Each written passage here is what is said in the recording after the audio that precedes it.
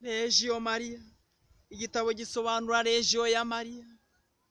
Ukomeza umutwe wa 40. Nimujye mw'isi yose mwamamaza inkuru nziza mu biremwa byose.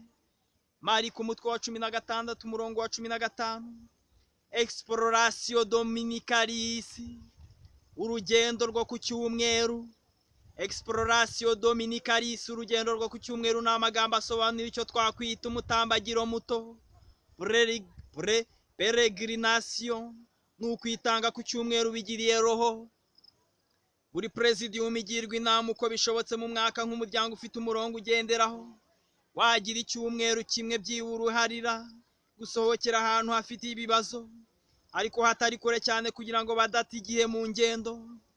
Urwo ruzinduko rwo gusura rushobora kuburwa umunsi umwe, 2 cyangwa 3.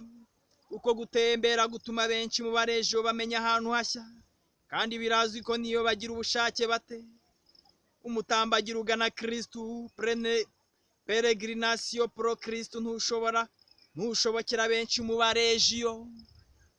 Ni ngombwa gushimangira ko ugusohokera ahantu bikorwa na presidium.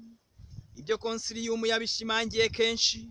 Za presidia nizo nzego z'umuryango bisabwa kujya byibuka kenshi iyo ngingo igihe hari urugendo rwo ku cyumweru. Exploratio Dominicalis rutegurwa. Umutwe wa 14, umutwe wa 41. Ikiruta ibindi muri ibyo ni urukundo. Ibaruwa ya mbere Pawulo n'umwandikiye Abanyakoroni, umutwe wa 13 umurongo wa 13.